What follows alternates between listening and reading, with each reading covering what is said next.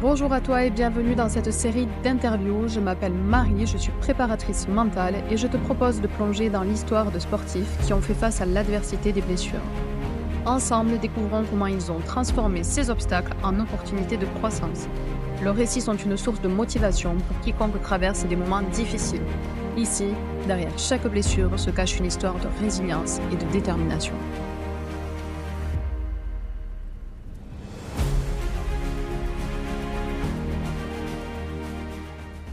Est-ce que tu peux nous parler brièvement de ton parcours quand tu étais sportif? Alors, moi, j'ai fait que du foot, enfin, essentiellement que du foot. Je commence à 5 ans dans le petit club de mon village et à 14 ans ou 13 ans, je sais plus, je suis parti dans le plus gros club de mon département. Donc j'ai fait 10 ans là-bas, toutes les catégories de jeunes et après j'ai eu la chance de pouvoir partir dans un autre club, département à Sarlat. J'étais à Trélissac, après à Sarlat et du coup, je suis parti ensuite une saison parce qu'un club me proposait de me payer mon brevet d'état, si je signais chez eux, donc je suis parti faire mon brevet d'état. Et en fait, je me suis blessé, à ce moment-là, à 25 ans contre mon équipe, de la saison précédente. C'est là où j'ai fait, toute ma rééducation et moi par contre, j'ai pas repris le foot derrière. J'ai joué, 1 ou 2 saisons, enfin 1 saison et demie, que j'ai essayé de reprendre à un niveau intéressant, mais bon, comme je suis trop feignant, du coup, c'est compliqué et que je faisais une reconversion dans le bâtiment aussi, donc cumuler les 2 à l'époque, c'était un peu compliqué pour moi. Il y avait de la route, en plus mon département, il est ultra grand, donc quand tu travailles d'un côté, en jouant à Sarlat à l'opposé, j'avais 1 heure et quart de route, 1 heure et demie tous les soirs, tous les matins. C'était un peu lourd, donc du coup, j'ai fait une saison et demie. Je suis allé dans un club à côté de chez moi, mais bon, c'est pas vraiment du foot et puis le côté éducateur me prenait pas mal de temps et ça me plaisait plus. Donc du coup, j'ai arrêté de jouer à 25 ans, 26 ans, je crois. Ok. Mais, Toi, tu as par toujours contre, été goal? j'ai alors tout petit non, parce que, on voit tous les postes et après j'ai été gardien parce que j'étais plus gros que les autres et c'était un peu le truc à l'époque, c'était soit le nul, soit le gros. J'étais pas trop nul, mais j'étais gros donc du coup, on m'a dit: «Tu vas au but» et au final, j'étais pas trop mauvais donc j'ai pris un nouveau poste. C'est un poste hyper intéressant donc je suis resté gardien et après j'ai fait que gardien. Et c'était à quel niveau que tu as joué ton plus haut niveau? Alors le plus haut niveau en saison régulière, c'était le niveau DH, donc c'est R1 maintenant. Donc c'est juste la division en dessous de national Ouais. de l'époque. Alors j'ai fait, quand j'étais appris ça, que j'ai fait partie du groupe CFA, CFA2 à l'entraînement, donc c'était plutôt cool parce que j'étais jeune, hein, j'avais 16 ou 17 ans. Mais comme j'ai dit au départ, j'étais un peu feignant, donc par rapport aux autres qui étaient peut-être des fois moins bons ou machin, qui étaient plus travailleurs que moi, eux ils passent, moi je passe pas. Et maintenant, tu es toujours éducateur et tu as société, c'est centre de formation, goal? C'est une académie de gardiens privés, on va sur le terrain et qu'avec des gardiens. Quel que soit le gardien, le niveau, l'âge, qui dans son club n'a pas d'entraînement de gardien, de pouvoir en bénéficier. Vous avez différentes antennes, en fait, Ouais, c'est ça? alors en fait, on est 2 associés sur la société et en fait, du coup, on a plusieurs franchisés dans chaque département. En Normandie, il y en a 3, sur Nantes, il y en a 1, là, on a ouvert Brive, on va ouvrir Bergerac. Moi, j'ai chez moi à Périgueux et en fait, chaque coach, chaque franchisé, se trouve avec ses clubs, satellites autour de son lieu d'appartenance, des clubs qui peuvent lui prêter les installations et en même temps, du coup, ça permet de négocier l'entraînement des gardiens de but et en même temps d'avoir les terrains pour faire venir des gardiens de l'extérieur pour, compléter tous les créneaux d'entraînement. Moi, c'est Périgueux mon secteur, enfin la Dordogne. Si je te dis blessure, ça évoque quoi pour toi et quelle est ta pire blessure? La pire, c'est mon genou. Mmh. Déjà parce qu'elle m'a fait hyper mal. Parce que j'ai fait une hyper extension sur une sortie aérienne, je sors, je prends le ballon et en retombant, jambe tendue, au lieu de plier comme ça, ça s'est plié dans Dans l'autre à l'autre sens. genou. Donc ça a tout arraché. Donc la douleur mais après moi j'en parle souvent avec des copains du foot ou des joueurs ou des gardiens quand on a vraiment qui se font mal ou machin. Et moi la blessure ça a été presque le meilleur truc de ma carrière, hein, parce que j'ai pu aller au CERS et au CERS j'ai rencontré plein de monde. En fait ça a été la période où j'ai pu me recentrer un peu sur moi, sur le foot. Qu'est-ce que je voulais vraiment faire au foot? Parce que je savais que j'avais conscience que j'étais un feignant, donc je pouvais pas aller jouer plus haut que le niveau R1 ou DH. Mais à côté de ça, il y avait plein d'opportunités dans le foot qui permettaient de rester dans ce milieu-là, d'en vivre et de faire d'autres choses. Ça m'a ouvert, ça a presque été la meilleure chose de ma carrière, c'est de me blesser à cet âge-là et de pouvoir partir sur complètement autre chose, quoi. Moi, c'est pas la blessure, ça me fait pas peur. Enfin, ça a été bénéfique, quoi. Peut-être que si je m'étais pas blessé, j'aurais pas rencontré toi, Laure, Oui. et Mamie, et peut-être que j'aurais pas eu ce réseau-là, que j'ai aujourd'hui et peut-être que j'aurais pas été coach parce que j'aurais continué à jouer, mais tous les ans, j'aurais baissé d'une division pour arriver en district en étant au taquet. C'est dans le bâtiment, peut-être j'aurais pas fait coach. Enfin, Oui. pour moi, c'est pas une chose négative. OK, une opportunité. Ah voilà, c'est ça. Tu vois, donc pour moi, la blessure, c'est cool. Tu m'as devancé parce que ça fait partie d'une des questions justement en termes d'opportunités.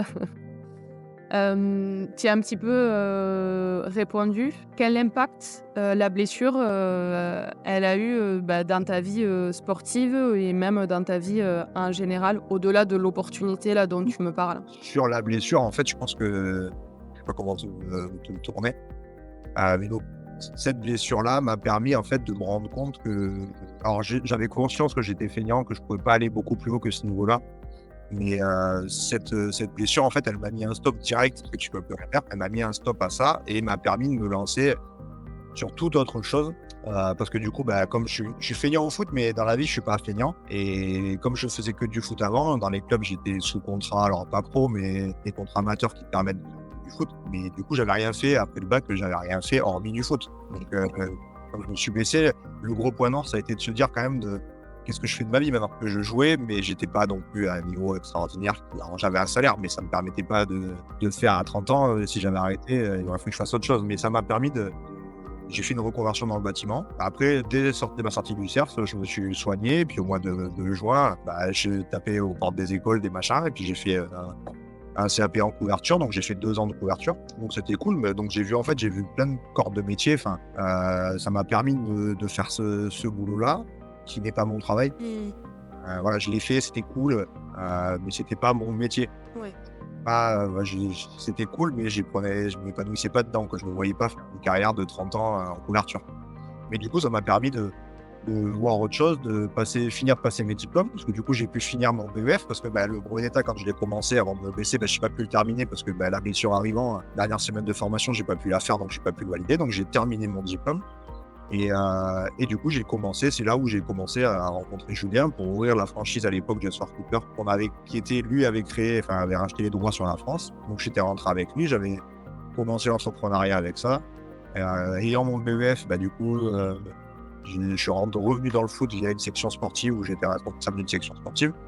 Donc en fait, ça avait plus été, je sais pas si c'est répondre à ta question, mais ça a été une opportunité de me dire, t'as jamais rien fait à part jouer au foot. Et du coup, j'ai pu faire un peu de maçonnerie, un peu de couverture, un peu de bâtiment, me rendre compte que c'était pas fait pour moi, mais que j'avais envie de rester dans le foot. Et puis, du coup, j'ai fini mes diplômes et je me suis lancé dans ce processus-là de franchise et je suis parti comme ça, quoi. Ouais, vraiment, toi, tu l'as vraiment vécu comme une prise de conscience. Peut-être que si tu avais pas eu la blessure, tu aurais continué c'est peut-être pas le bon terme, mais à végéter dans le foot, à te laisser aller et à laisser passer les années finalement. Moi, je pense que l'année d'après, j'aurais peut-être dit au club, vous me trouvez un travail ou machin, ou changer de club, parce que le club va te refiler un billet ou te redonner un travail, mais à la mairie, à l'agent communal, ou j'en sais rien. Un truc et puis, ça se trouve, je serais resté bloqué là-dedans parce que ça aurait été la vie. Ouais. Manger, il faut avoir un salaire, après les enfants arrivent, donc il faut. Sauf que du coup, j'ai pu faire ça avant, prendre ces risques-là avant de créer la société.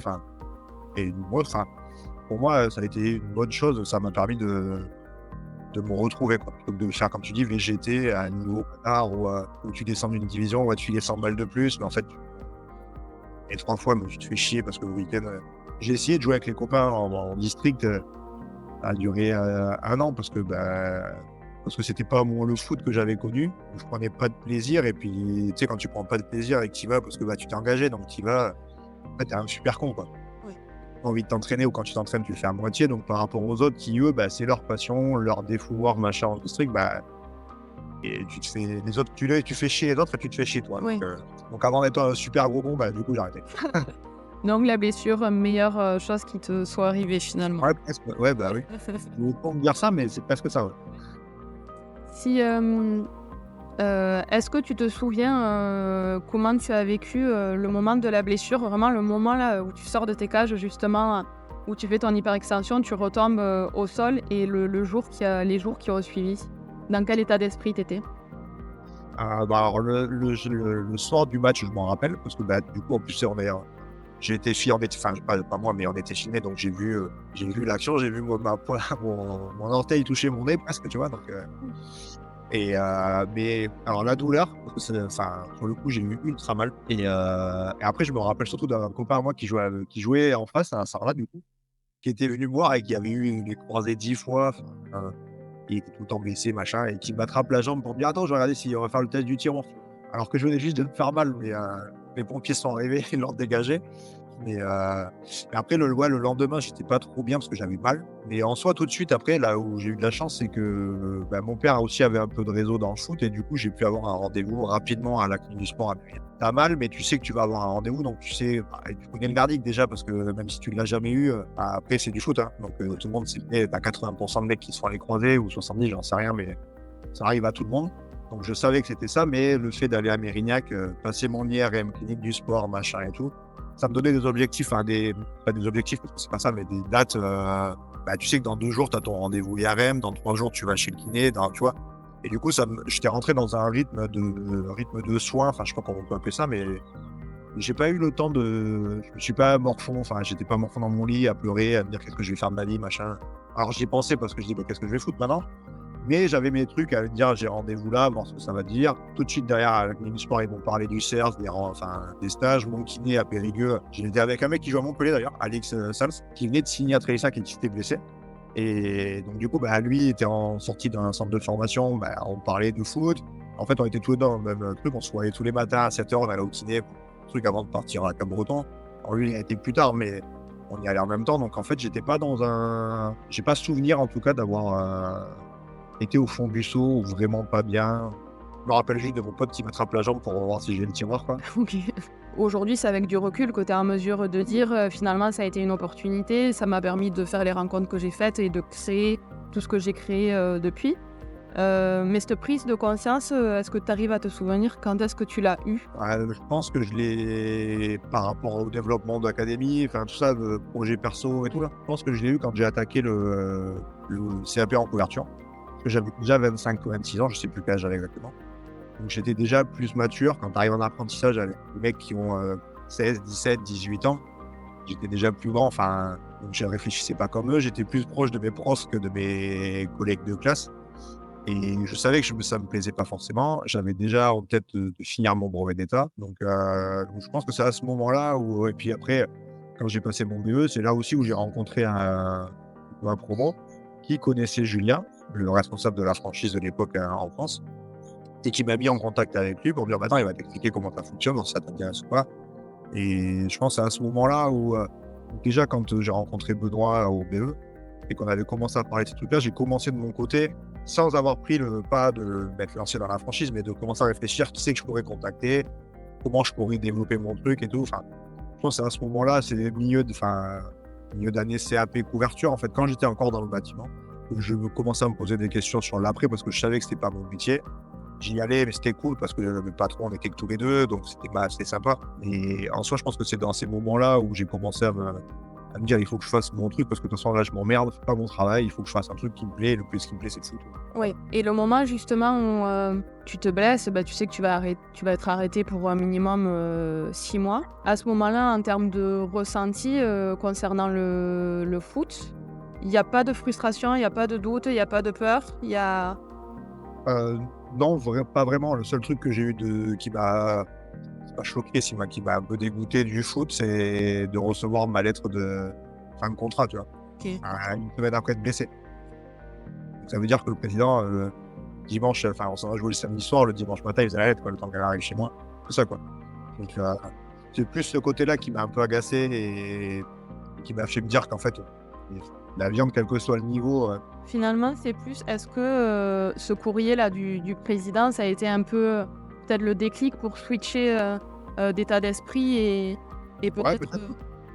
peut-être parce que du coup, déjà, en sachant que j'étais blessé et que me connaissant, me revenir, me réentraîner correctement, machin, pour revenir à un niveau qui va me permettre de retravailler. Mais retravailler, c'est bancal parce que ça va être un contrat encore d'1 an, pour jouer en DH, machin. Enfin, j'ai essayé, parce que quand j'ai repris en couverture, un ancien collègue, je suis revenu à Sarlat, qui prenait l'équipe première en tant que coach, me fait revenir. J'avais dit: je m'entraîne avec toi.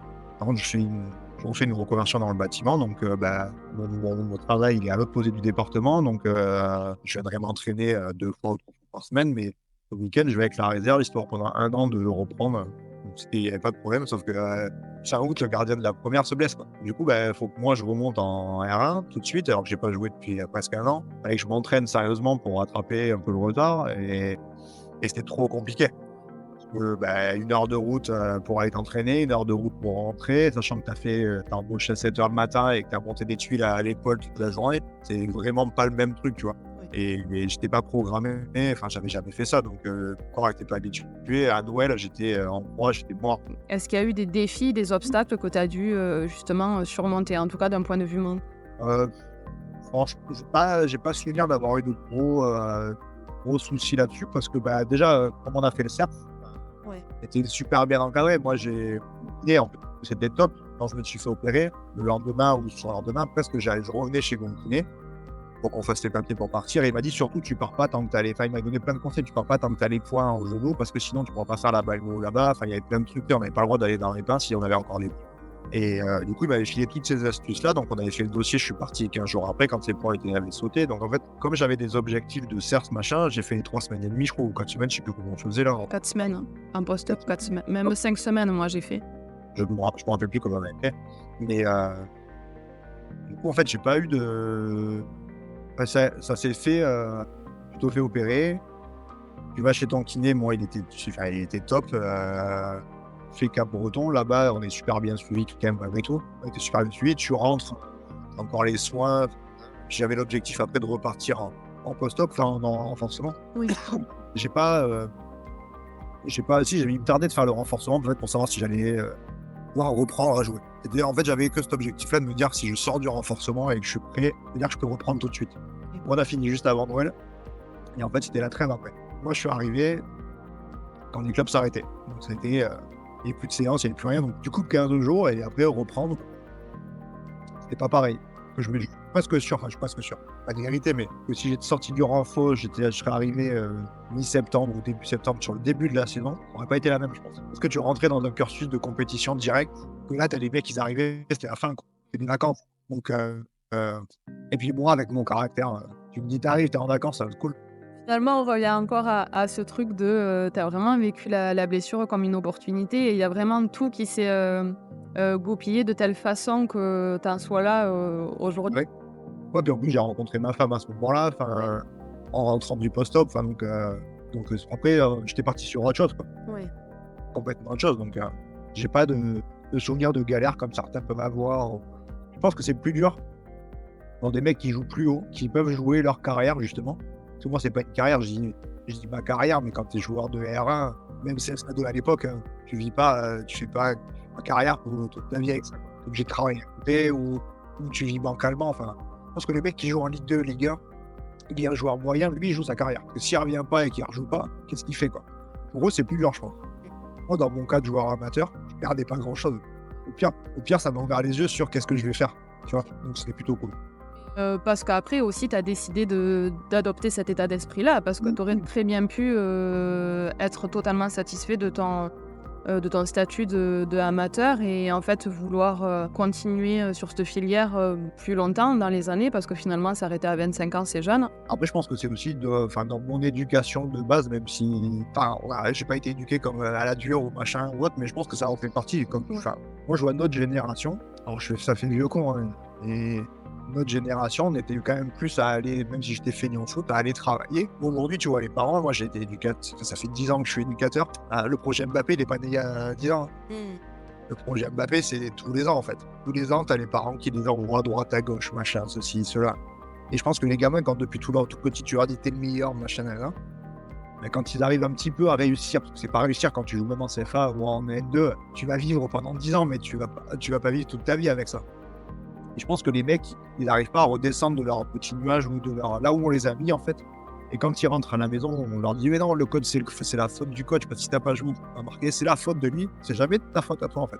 Donc moi, je savais que je ne jouais pas parce que j'étais feignant. Et je pense que c'est ce qui a fait aussi que moi, j'ai vite switché parce que j'étais comme ça. Oui. Cette éducation-là, et on m'a jamais mis t'es le meilleur, t'es ceci, t'es ça, ou c'est la faute de l'un, c'est la faute de l'autre. Moi, quand je me ratais, je sais que c'était pas elle. Tu vois. Oui, cette prise de responsabilité, quoi. Je pense que ça fait partie du truc, de notre réflexion après sur l'avenir. Quand, arrive la blessure, tu te dis pas: «C'est je me suis blessé parce que le coach il m'a fait jouer». Bah non, s'il a fait jouer, pas la faute du coach. Donc l'année prochaine, tu vas pas aller dans un club dire: «Je me casse de ce club-là parce que c'est des cons, ils m'ont fait jouer, je me suis blessé». Mmh. Est-ce que tu te souviens avoir utilisé des outils ou des techniques de préparation mentale à l'époque? J'avais fait une fois la sophrologie avec la dame là, mais je pense que ça peut fonctionner. Mais moi, c'est pas un truc qui m'a pendant ma blessure à moi, c'est pas un truc que j'ai utilisé. Déjà parce que j'avais pas forcément accès chez moi et à part au CERS où il y avait la sophro. Chez moi, il y en avait j'ai pas souvenir, en tout cas, j'ai pas cherché s'il y en avait dans le secteur, et j'avais pas accès à ces trucs-là facilement. Peut-être que si j'avais eu, de chez moi, un prépa ou sophro, peut-être que j'aurais comme j'ai accès à faire de toute façon, j'ai dû le faire, tu vois? Mais là, j'avais pas l'opportunité de le faire, donc je l'ai pas fait et j'ai pas cherché à le faire non plus, quoi. Oui. Encore une fois, peut-être que dans ton cas, le fait d'envisager vraiment cette blessure comme une opportunité, finalement, tu te décris comme, t'as pas souvenir d'avoir connu des doutes, des peurs, hormis de la colère à un moment donné quand tu as reçu Ouais. le courrier du président, mais après sinon, tu dis avoir bien vécu ta blessure, donc peut-être que ce besoin, Ouais, c'est ça. tu l'as pas ressenti. Parce que j'étais pas mal, Oui. donc j'en ai pas forcément besoin. Peut-être que si j'avais été au fond mal ou pas bien, ou peut-être que j'aurais cherché d'autres solutions, ou qu'à l'époque, au CERS ou mon kiné m'aurait dit: «Bah, va voir, tel psy ou tel sophro, machin, pour m'aider». Et comme j'en avais pas besoin, on me l'a pas proposé et j'allais pas le chercher non plus, donc OK. Toi, alors déjà à la base, il y avait pas forcément la préparation mentale en 2012, en tout cas dans le sport amateur, on n'en parlait pas forcément. On n'y avait pas forcément accès. Tu as fait un petit peu de sophro, via le CERS, mais ouais. au-delà de ça, après, tu pas utilisé d'autres outils. Mais est-ce que tu penses, et là c'est vraiment une question, au-delà de toi et de ton vécu de la blessure, est-ce que tu penses que, l'accompagnement, avec un préparateur mental peut aider justement à mieux vivre la blessure? Ah bah, je pense que ça peut être hyper important sur les profils du joueur. Alors moi, dans mon cas, c'est beaucoup de gardiens, mais je pense que le gardien, c'est encore plus. Je pense que c'est les postes où il y en aurait presque le plus besoin, comme l'attaquant, parce que c'est des postes à responsabilité. Si l'attaquant il marque pas, tu gagnes pas, mais si le gardien arrête pas de ballon, tu perds, Mmh. tu vois? Et ces postes-là demandent beaucoup de travail dans la tête. Et il y a des profils, alors moi j'en avais pas forcément besoin parce que j'étais comme ça, mais je pense qu'il y a des profils où ils ont besoin. Moi je sais que je l'ai fait en formation gardien de but, mais sur l'imagerie, les trucs comme ça, je pense qu'il y en a qui en ont vraiment besoin pour se rassurer, pour démarrer un match, pour démarrer une compétition, ou quand tu es blessé, te dire que c'est pas fini en pensant à ce que tu as fait avant sur tes bons arrêts, tes belles performances, machin et tout. Je pense que certains profils, ça peut être important. Et je suis presque sûr qu'on a des gardiens aujourd'hui qu'on a ratés il y a 15 ou 20 ans parce qu'on ne le faisait pas. Il y avait des gardiens très très bons. Moi, j'ai joué avec des mecs qui étaient très très bons, mais qui ont arrêté encore plus tôt que moi ou qui ont joué plus bas que moi parce qu'il leur manquait peut-être ça. Alors, c'est la préparation physique, mais c'était. Et quand tu t'entraînes en même temps et sur les mêmes trucs, c'est pas la préparation physique, parce que moi j'y arrivais, j'étais feignant. Donc, mais je pense qu'il y a des trucs qui ça peut. Moi, je suis pas fermé à moi, je le fais pas parce que j'en ressens pas le besoin. Et je pense que sur certains profils, ça peut aider. Les gardiens ultra renfermés qui ont du mal à communiquer, alors que la communication quand t'es gardien, c'est ultra important. Mmh. Je pense que ça peut en libérer certains, ça peut les aider à s'améliorer, quoi. Ça, j'en suis convaincu. Oui. Et d'un point de vue, alors ça c'était vraiment la prépa mentale là au sens large et en fonction des postes et justement de la pression que peut endosser un gardien par rapport mais justement au poste de jeu qu'il a. Mais sinon concernant la blessure, en fait, il y a tout un accompagnement, un protocole sur déjà comprendre et accepter la blessure parce que dans ton cas, encore une fois, tout s'est passé, on peut le dire, hein, au mieux. Ah oui. Mais parfois, déjà, il y a cette phase où on ne veut pas accepter la blessure. Et comme tu disais, peut-être que ça dépend du niveau aussi. Et encore, il y a même des personnes à un niveau amateur qui, en fait, ont du mal à accepter de s'être blessé. Parce que ça veut dire, si tu es blessé, tu es sorti des terrains, hein, tout simplement. Ouais, ouais. Mais il y a aussi comment retrouver ou maintenir sa motivation. Il va y avoir également travailler sur tout le schéma corporel, l'identité même, parce que des fois il y a cette perte d'identité. En fait, je suis blessée, je peux plus pratiquer mon sport, du coup je suis qui maintenant? Donc, Et tout ce travail également sur réguler ses émotions, Ce travail, tu parlais d'imagerie mentale et donc du coup, au travers de l'imagerie mentale, travailler l'imagerie de guérison, du coup, pour faciliter aussi le travail, avec les kinés. Et puis, il va y avoir aussi, développer, et entretenir, sa technique et dans un but de revenir sur le terrain. Donc il y a vraiment tout ce protocole, là, en tout cas, dans l'accompagnement mental du, sportif, blessé. Mais après, comme tu le disais, de façon plus globale, plus générale, du coup, le travail, du coup, en prépa mentale, en fonction des postes. Non, mais moi, je trouve que ça peut être ultra complémentaire avec certains profils. Et encore que, toi, moi, ça, j'ai des trucs où j'y croyais pas forcément, la sophro, machin et tout. J'étais un peu pas fermé, mais tu sais, si je vois pas, Oui. j'y crois pas, quoi. Et tu te rappelles, quand on y, tu étais en même temps que moi, de toute façon, il y avait le mec qui faisait du Winsuite. Oui, Tu sais, oui. les volants. Ouais, tu sais que j'en parle souvent de lui? Ben, moi, j'en parle tout le temps avec mes petits et tout. Quand le mec, il a fait, je sais plus, c'était 10 ou 12 mois de corset allongé dans le noir dans sa chambre d'hôpital et qui a perdu 3 grammes de kilos, enfin 3 grammes de muscle parce qu'il faisait de l'imagerie pour sa séance de muscu. Oui, mais c'est On te raconte plus la vie. il devait plus Enfin, remarcher de base, hein. et ça, je me rappelle de ça parce que c'est ce qui m'a fait y croire. Enfin, tu vois, me dire que finalement, c'est pas pas si nul que ça ou si. Parce que moi, je suis très terre à terre, donc. Et quand on l'a vu, lui, et son récit et ce qu'il a vécu, le mec, il a fait 1 an de. Moi, je vais à la salle, je payais 30 balles par mois, je prends pas un gramme, et lui, il fait ça dans sa chambre, allongé sur un lit, quoi. Oui. Tu vois, Ah ouais, c'est vrai qu'il avait été impressionnant, et effectivement, c'est, un exemple que j'aurais utilisé, je pense que j'aurais été incapable de faire ce qu'il a fait. oui. De me mettre en état de transe pour travailler, même une séance de muscu, tout seul dans ma chambre dans le noir. Enfin, j'étais incapable de le faire. Mais sur certains profils, ça marche.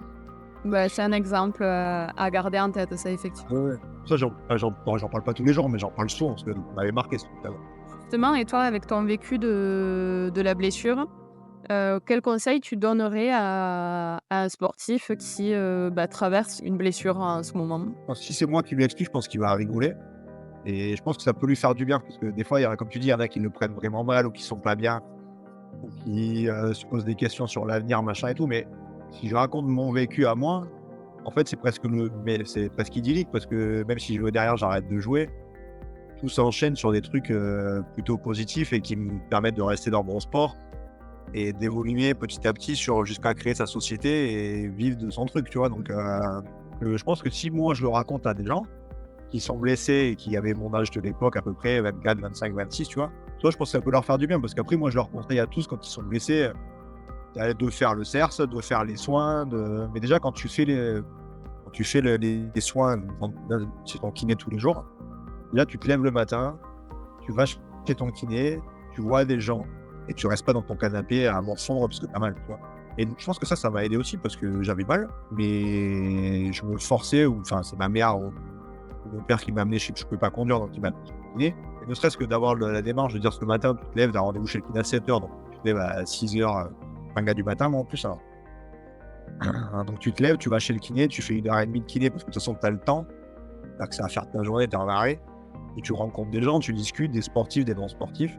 Et du coup, tu te fais pas un réseau de potes ou un réseau d'affaires, j'en sais rien, mais en tout cas, tu as une vie sociale.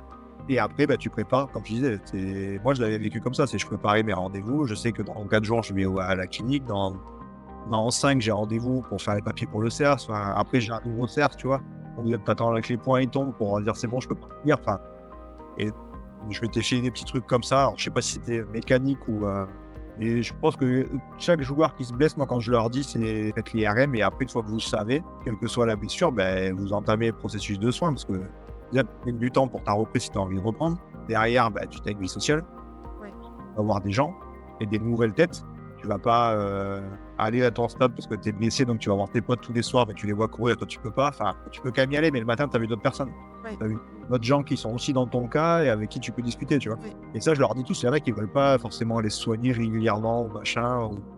Mais c'est la base. Ouais. Et peut-être que d'avoir un lien, tu vois. Ouais, donc Oublie, c'est sûr que de se remettre vite, c'est d'avoir un lien et pas de sombrer tout seul dans son canapé ou dans son appartement. ouais. Tu as dit, 3 choses finalement, si je reprends, il y a vraiment, du coup, être acteur, de sa blessure et avec cette fixation d'objectifs, toujours avoir, les étapes devant soi et être acteur, continuer à faire des choses, créer du lien au-delà de son équipe, mais du lien avec les autres. Et peut-être se questionner sur ok, bah, peut-être que j'ai 6 mois là, en stand-by. Quelle opportunité je peux créer durant ces 6 mois? Ouais, c'est ça. Ok, Mais moi, c'est ce que je leur dis tous parce qu'il y en a plein qui veulent pas se soigner. Ouais, mais c'est dur d'avoir un IRM, machin. Et Doctolib, alors oui, des fois c'est long, mais puis dans ton club, tu as peut-être un copain qui a un cousin qui travaille à l'hôpital du coin. Ah, on connaît tous quelqu'un qui connaît quelqu'un qui peut nous avoir peut-être en 2 jours, mais qui va accélérer un peu le rendez-vous.